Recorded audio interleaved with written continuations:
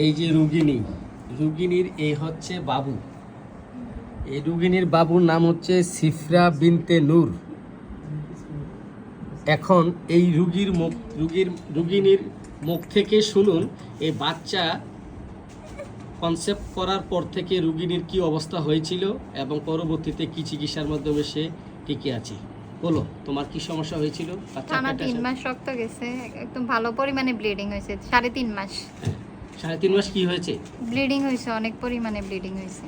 বাচ্চা পেটে আসার পর? জি। আর কি সমস্যা ছিল? আর প্রচন্ড দুর্বল ছিলাম, প্রচন্ড পরিমাণে, কোনো ওষুধে খাইতে পারতাম না।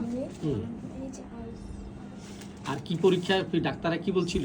আর ডাক্তাররা 3 বারের উপরে আলট্রা করাইছে। তারপরে বলছে যদি বাবু থাকে থাকবে, আর না থাকলে কিছু করার নাই।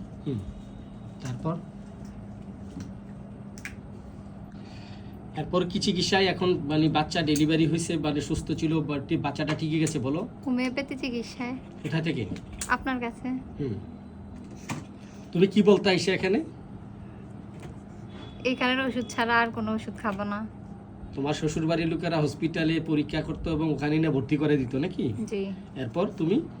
আমি এখানের ওষুধ খাইছি শুধু, আর কোনো ওষুধ খাইনি। বাচ্চা ঠিকই গেছে না? জি। এই বাচ্চাটা 3.5 মাস পেটে থাকতে 3.5 মাস এই রুগিনীর একটানা ব্লিডিং ছিল। এটা অসম্ভব সাকসেসফুল কেস। এই রুগিনী এত অসুস্থ ছিল এবং ব্লিডিং ছিল যে এই বাচ্চা পেটে থাকতে সবাই আশা ছেড়ে দিয়েছিল যে কোনো মুহূর্তে গর্ভপাত হয়ে যাবে। কিন্তু এই রুগিনী, আমার ভাগ্নি, সে একটাই কথা, আমি এই হোমিওপ্যাথিক ওষুধ ছাড়া আর কোনো ওষুধ খাবো না। এই বিশ্বাসে এবং আমাদের প্রচেষ্টায়, হোমিওপ্যাথিক চিকিৎসার প্রচেষ্টায় এই বাচ্চাটাকে আমরা সুস্থভাবে ডেলিভারি করতে পেরেছি। এখন তার বয়স কত বাচ্চার? 7 মাস। এখন বাচ্চা এবং তুমি সুস্থ আছো? ভেরি গুড, একটা সাকসেসফুল কেস।